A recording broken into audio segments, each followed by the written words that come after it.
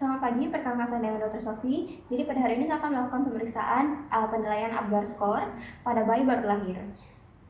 Sebelumnya di sini saya akan melakukan cuci tangan pelanggan terlebih dahulu menggunakan air mengalir, sabun, dan mengeringkan tangan dengan tisu.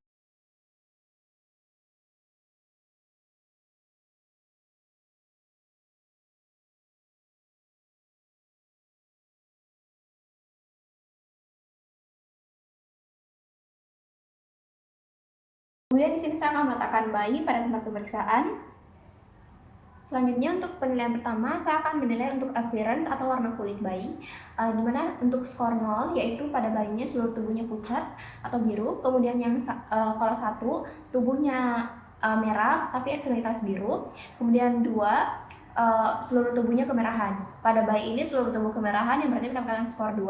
Kemudian saya akan menilai puls atau laju jantung dengan menentukan laju jantung dengan mengukur puls atau meletakkan tangan di dada bayi dan mengukur frekuensi denyut jantung selama 1 menit.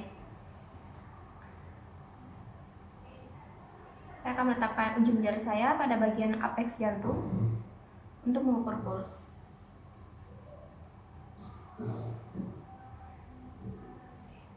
Untuk skor 0 jika tidak ada, kemudian 1 jika denyutnya 100 kali per menit, kemudian 2 jika di atas sama dengan 100 kali per menit.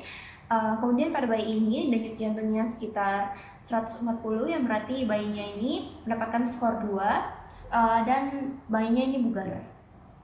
Kemudian grimace, saya akan menilai untuk grimace atau refleks dengan memberikan rangsangan dengan menepuk pelan pada bayi. 0 jika bayinya tidak bereaksi, 1 jika gerakan sedikit, kemudian 2 jika ada reaksi melawan. Baik, di sini karena bayinya ada reaksi melawan, maka mendapatkan skor 2. Jadi di sini saya akan menilai untuk skor activity atau tonus otot, di mana saya akan menilai tonus otot dengan melihat gerakan bayi, 0 jika lumpuh, 1 jika gerakannya sedikit, 2 jika gerakannya aktif. Kemudian di sini pada bayi ini gerakannya sedikit sehingga mendapatkan skor 1. Kemudian untuk respiration atau usaha nafas, saya akan menilai tangisan bayi, 0 jika tidak ada tangisan, 1 jika tangisannya lambat, 2 jika menangis dengan kuat. Pada bayi ini menangis dengan kuat sehingga skornya 2. Dari masing-masing kriteria, saya akan menjumlahkan nilai yang didapatkan untuk menentukan keadaan bayi. Dari appearance 2, pulse 2, kemudian grimace juga 2, aktivitasnya 1, dan respirasinya 2, sehingga total skornya adalah 9, yang berarti bayi ini tidak asfiksia, yaitu skornya lebih dari sama dengan 7. Kemudian jika bayi mengalami asfiksia ringan atau sedang, maka skornya adalah 4-6. Jika asfiksia berat, maka skornya akan berada di kurang dari sama dengan 3. Oke, untuk pemeriksaan Apgar Score telah selesai. Terima kasih. Selamat pagi, pertama saya dengan Dr. Sofi. Di sini saya akan melakukan pemeriksaan pada bayi baru lahir. Kemudian di sini saya akan melakukan cuci tangan lalu lengkap.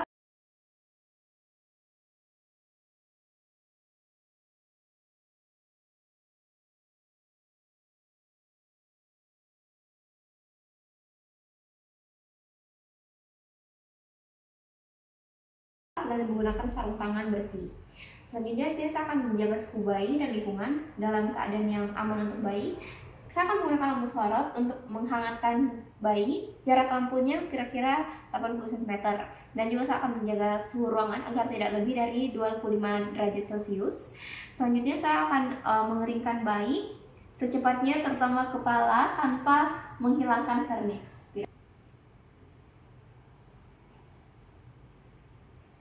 Selanjutnya saya akan letakkan bayi dalam keadaan terlentang dan kepala sedikit lebih rendah. Kemudian untuk membersihkan mulut, faring dan hidung dari cairan, mukus, darah, dan debris amnion, maka saya akan mengusap mulut dengan kasa atau suction lembut dengan suction catheter. Pada bayi baru lahir dengan kondisi sehat, dapat langsung diberikan pada ibu untuk inisiasi menyusui dini. Kemudian bila dikhawatirkan adanya gawat nafas, maka bayi diletakkan pada box penghangat atau observasi ketat. Kemudian selanjutnya saya akan melakukan pemeriksaan antropometri dengan melakukan penimbangan berat badan. Di sini saya akan meletakkan kain atau kertas pelindung dan atur skala timbangan ke titik 0 sebelum penimbangan. Kemudian saya akan menimbang bayi.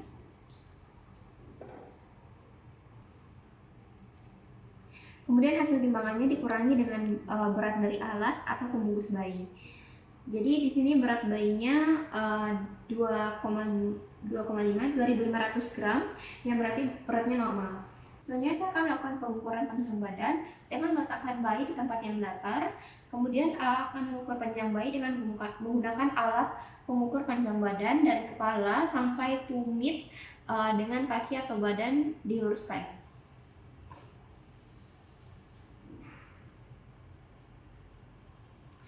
Baik, jadi pada bayi ini ukurannya 48 cm, yang berarti ukurannya ini normal. Selanjutnya saya akan mengukur lingkar kepala dengan menghitung diameter terbesar, yaitu pada frontalis occipitalis.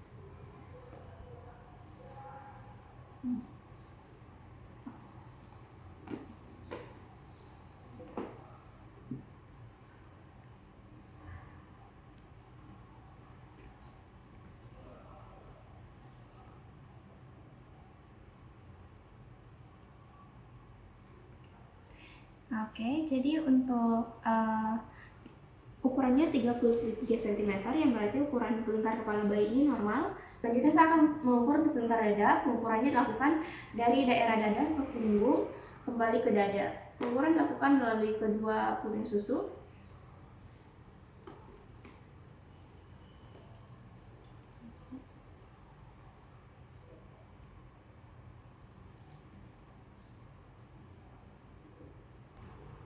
Oke, jadi untuk ukuran lingkar dadanya 30 cm, yang berarti normal. Selanjutnya saya akan meriksa tanda vital, atau yang pertama saya akan periksa untuk suhu bayi dengan menggunakan termometer. Saya akan meletakkan termometer di aksila selama 5-10 menit. Setelah itu saya akan mengecek untuk suhunya. Suhu bayi ini 36,5, yang berarti normal. Kemudian saya akan memantau untuk denyut jantung bayi dengan memperhatikan keteraturan denyut jantung dan menghitung frekuensinya selama 1 menit penuh. Oke, untuk denyut jantungnya berada di angka 140, yang berarti pada bayi ini denyut jantungnya normal dan reguler. Kemudian selanjutnya saya akan melakukan pemeriksaan pernapasan bayi, di mana saya akan menghitung pernapasan bayi selama 1 menit penuh dan memantau adanya apni atau dan mendengarkan suara nafas. Kemudian saya akan memperhatikan juga untuk tarikan dada bayi. Selanjutnya di sini pemeriksaannya normal, yaitu sekitar 40-60 kali per menit, dan juga tidak ada apni atau tarikan dada nafas. Kemudian saya akan melakukan pemeriksaan head to toe. Oke, yang pertama saya akan melakukan pemeriksaan kepala, di mana saya akan meraba sepanjang garis sutura dan fontanel dan memeriksa apakah ukuran dan tampilannya normal. Kemudian saya akan meraba untuk fontanel anterior. Oke, untuk ukurannya normal. Kemudian di sini saya tidak mendapatkan adanya trauma akibat kelahiran seperti kaput subsarenium dan hematoma. Kemudian tidak ada fraktur tulang atau pendarahan. Kemudian di sini tidak ada kelainan kongenital seperti anencefali atau mikrosefali. Kemudian saya akan melakukan pemeriksaan mata, di mana di sini saya akan memeriksa untuk jumlahnya ada 2 normal, kemudian posisinya normal, letak mata dan gerakan bola matanya juga normal. Kemudian saya akan memeriksa apakah ada pembesaran dan kekeruhan pada kornea, tidak ada, normal. Kemudian selanjutnya tidak ada trauma juga pada palpebra atau pengundarahan konjungtiva atau retina. Kemudian tidak ada sekret pada mata, kemudian tidak ada konjungtivitis oleh kuman, kemudian untuk keadaan skleranya normal, kemudian tidak ada gejala ikterus. Saya akan mengecek air refleks dengan memberikan rangsangan sinar pada bayi. Oke, keduanya ada refleks, yang berarti normal. Kemudian di sini saya akan memeriksa untuk telinga. Untuk jumlahnya ada 2, normal, bentuknya juga normal. Kemudian posisinya simetris. Selanjutnya pada bayi cukup bulan, tulang rawannya ini sudah matang. Kemudian dalam telinganya harus berbentuk sempurna sehingga normal juga. Kemudian saya akan memeriksa hidung. Di sini saya akan mengkaji bentuk dan lebar hidung pada bayi ini. Bayi cukup bulan ini besarnya sudah lebih dari 2,5 cm. Kemudian bayinya bernafas melalui hidung, tidak ada obstruksi jalan nafas. Kemudian selanjutnya saya akan memeriksa untuk sekret pada hidung. Untuk sekret hidungnya juga normal, tidak ada pendarahan. Kemudian tidak ada pernapasan cuping hidung, yang berarti pernapasan pada bayi ini normal. Kemudian saya akan melihat untuk pemeriksaan bibir dan mulut. Saya akan melihat bentuk bibirnya. Bentuk bibirnya pada bayi ini simetris. Kemudian untuk langit-langit mulutnya normal. Kemudian tidak ada bibir sombing. Kemudian pada bagian gusi atau palatum tidak ada bercak putih. Kemudian selanjutnya untuk refleks routing atau mencari puting juga normal. Kemudian untuk refleks routing positif, yang berarti normal. Kemudian selanjutnya saya akan melakukan pemeriksaan leher. Bayi ini lehernya pendek, kemudian simetris kanan kiri, yang berarti normal. Kemudian pergerakannya juga baik, tidak terdapat keterbatasan pergerakan. Kemudian selanjutnya tidak ada trauma pada leher. Selanjutnya saya akan melakukan perabaan untuk identifikasi adanya pembengkakan atau pembesaran pada kelenjar tiroid atau vena jugularis. Oke, pada bayi ini tidak terdapat pembesaran tiroid ataupun vena. Selanjutnya saya akan melakukan pemeriksaan dada. Jadi di sini untuk gerakan dadanya simetris, dari dada dan abdomennya juga bergerak secara bersamaan. Kemudian untuk tarikan tulang sternum dan interkostalan juga normal. Kemudian karena bayi ini sudah cukup bulan, maka putingnya sudah terlihat, kemudian sudah terbentuk juga. Kemudian pada dada ini payudaranya juga tampak membesar, tapi ini normal. Selanjutnya saya akan memeriksa bahu, lengan, dan tangan. Kedua lengannya sama panjang. Kemudian jumlah jari, kedua tangan memiliki 5 jari, yang berarti normal. Tidak ada polidaktili atau sindaktili. Telapak tangannya bisa terbuka. Kemudian untuk garis tangannya juga normal. Untuk kukunya juga normal. Kemudian di sini saya akan memeriksa untuk refleks moronya. Saya akan menjatuhkan bayi, kemudian menangkapnya lagi. Kemudian bayi memiliki refleks mengembangkan tangannya ke samping dan melebarkan jari-jarinya. Kemudian menarik tangannya kembali dengan cepat, seperti ingin memeluk seseorang, yang berarti untuk refleks ini normal. Di sini saya akan mengkaji untuk palmar grasping atau genggaman tangan. Di sini saya akan menggunakan jari tangan saya, kemudian meletakkannya pada telapak tangan bayi. Kemudian bayi tersebut akan melingkarkan jari-jarinya ke dalam dan menggenggam tangan saya. Untuk refleks palmar grasping keduanya normal. Kemudian di sini saya akan memeriksa untuk abdomen. Di sini saya akan mengamati tali pusat. Pada tali pusat terdapat 2 arteri dan 1 vena. Pada bayi ini normal. Kemudian saya akan observasi untuk gerakan abdomen. Abdomennya tampak bulat dan bergerak sesuai dengan pergerakan dada saat bernafas. Kemudian saya akan meraba abdomen untuk memeriksa apakah ada massa atau tidak. Pada bayi ini tidak terdapat massa. Kemudian saya akan melihat dan meraba untuk bentuk abdomen. Tidak terdapat massa abnormal. Kemudian untuk bentuk perutnya normal juga. Tidak terdapat hernia, kemudian tidak buncit. Kemudian selanjutnya saya akan memeriksa untuk genitalia, karena pada bayi ini laki-laki, maka panjang penisnya karena bayi ini cukup bulan, maka sekitar 3-4 cm. Kemudian untuk lebarnya 1-1,3 cm.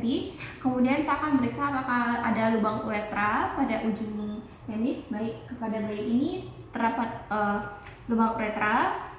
Kemudian saya akan memeriksa skrotum dengan palpasi untuk memastikan apakah jumlah testis ada 2. Karena bayi sudah cukup bulan, maka kedua testis sudah turun di skrotum. Kemudian saya akan memeriksa untuk tungkai dan kaki dengan melihat kesimetrisannya.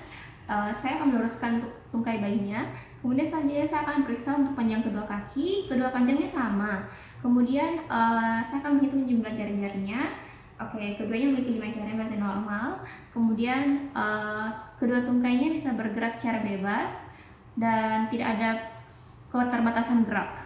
Saya akan mengkaji refleks Babinski dengan mengusap atau menekan pada bagian menonjol dari dasar ibu jari di telapak kaki. Kemudian untuk refleksnya ini normal. Kemudian selanjutnya saya akan mengecek untuk kaki yang sebelah kiri. Untuk refleksnya juga masih normal. Saya akan memeriksa spina dengan cara menelungkupkan bayi. Kemudian mencari tanda-tanda abnormalitas. Di sini bayinya tidak ada tanda abnormalitas seperti spina bifida, pembengkakan, kemudian lesung atau bercak kecil berambut yang menunjukkan adanya abnormalitas medula spinalis atau columnar vertebra. Kemudian sini saya akan memeriksa untuk anus dan rektum bayi dan memeriksa apakah ada kelainan pada atresia ani. Baik, di sini tidak ada kelainan. Kemudian posisinya juga normal. Kemudian mekonium secara umum akan keluar pada 24 jam pertama. Namun pada bayi ini belum ada. Jika sampai 48 jam belum keluar, kemungkinan adanya meconium plaque syndrome atau megakolon atau obstruksi saluran pencernaan. Jadi saya akan memeriksa untuk kulit bayi. Saya akan perhatikan untuk kondisi kulit. Warnanya merah, kemudian tidak ada ruam, tidak ada pembengkakan, dan tidak ada tanda-tanda infeksi. Kemudian tidak ada bercak juga. Kemudian di sini ada vernix caseosa, namun ini normal. Kemudian saya akan memperhatikan apakah ada lanugo pada bayi. Oke, karena bayi sudah cukup bulan, maka lanugonya itu sudah kurang. Karena bayi sudah cukup bulan, maka lanugonya sedikit. Selanjutnya, saya akan melakukan injeksi vitamin K 1 mg secara intramuskular. Melakukan injeksi vitamin K 1 mg secara intramuskular pada paha kiri dan hepatitis pada paha kanan. Kemudian saya akan melakukan pengambilan darah untuk newborn screening, yaitu memeriksa hemoglobin, golongan darah, hematokrit, gula darah, dan bilirubin. Selanjutnya saya akan melakukan hearing impairment screening. Saya akan menjelaskan pada orang tua hasil pemeriksaan dan memberikan konseling. Kemudian saya akan membereskan alat dan bahan yang digunakan, melepas sarung tangan. Selanjutnya saya akan melakukan cuci tangan 6 langkah dan mendokumentasikan hasil pemeriksaan. Oke, untuk pemeriksaannya telah selesai. Terima kasih. Selamat pagi, perkenalkan saya dengan Dr. Sophie. Di sini saya akan melakukan pemeriksaan Ballard score pada bayi yang baru lahir. Di sini saya akan mempersiapkan dulu untuk alat dan bahan yang dibutuhkan, kemudian saya akan mencuci tangan 6 langkah.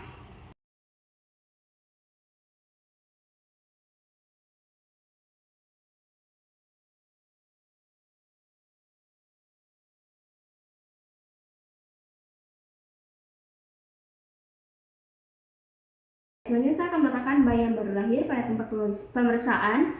Di sini saya akan melakukan penilaian maturitas neuromuskular.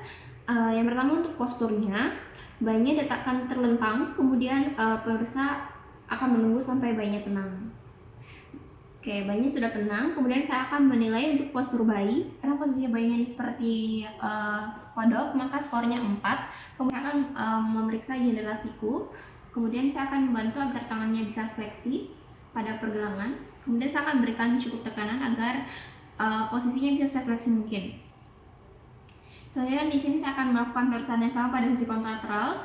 Kemudian saya akan mengukur dan menilai sudut antara eminensi hipotenar dan bagian anterior dari lengan bawah, dan saya akan menghindari untuk memutar pergelangan tangan.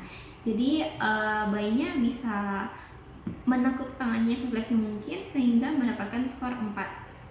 Kemudian saya akan melakukan pengukuran pada sisi kontralateral dan menilai sudut antara heminensia, hipotenar, dan bagian anterior dari lengan bawah. Kemudian saya akan menghindari untuk memutar pergelangan tangan. Jadi pada bayi ini dia bisa menekuk hingga sudutnya itu 0 derajat, yang berarti mendapatkan skor 4. Kemudian yang berarti bayi ini cukup bulan.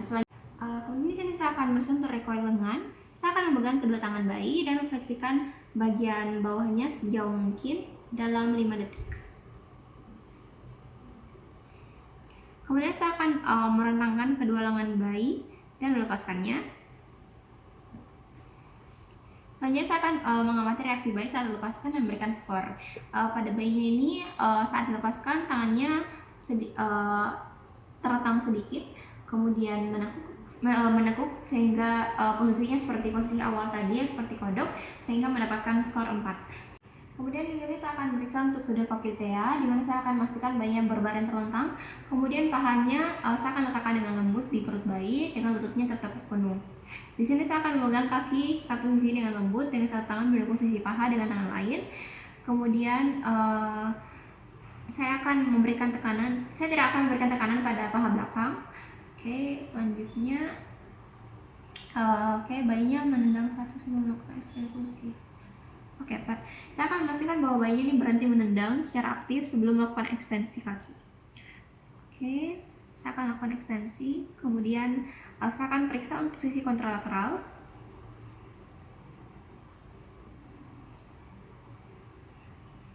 Melakukan pemeriksaan pada sisi kontralateral, saya akan menilai atau mengukur sudut yang terbentuk antara paha dan betis daerah popliteal. Sudutnya itu berada di bawah 90 derajat, yang berarti pada bayi ini mendapatkan skor 5, yang berarti normal. Kemudian saya akan memeriksa untuk tanda shawl, di mana bayinya dibaringkan terlentang. Kemudian saya akan mengarahkan kepala bayi ke garis tengah tubuh. Kemudian di sini saya akan mendorong tangan bayi untuk melalui dada bagian atas dengan satu tangan, kemudian ibu jari dan sisi lain akan saya letakkan pada siku bayi. Kemudian saya akan periksa untuk sisi kontralateral. Untuk sikunya dapat diangkat melewati badan, kedua bahunya tetap menempel di permukaan meja, dan kemudian kepalanya tetap lurus. Jadi untuk posisi siku bayinya ini mendapatkan skor 4.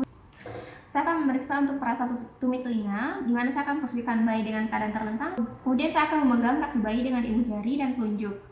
Kemudian saya akan menarik kaki sedekat mungkin dengan kepala tanpa memaksa.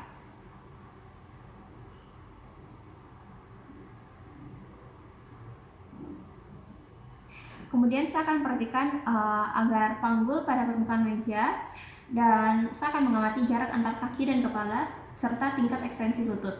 Pada bayinya ini hanya bisa mengangkat pahanya setinggi panggul, kemudian lututnya tidak dapat diekstensikan lebih lanjut ke belakang sehingga mendapatkan skor 4. Kemudian di sini saya akan menilai untuk kematangan fisik mulai dari kulit. Pada bayinya ini tampak permukaan yang mengelupas tapi tidak ada ruam, kemudian venanya jarang.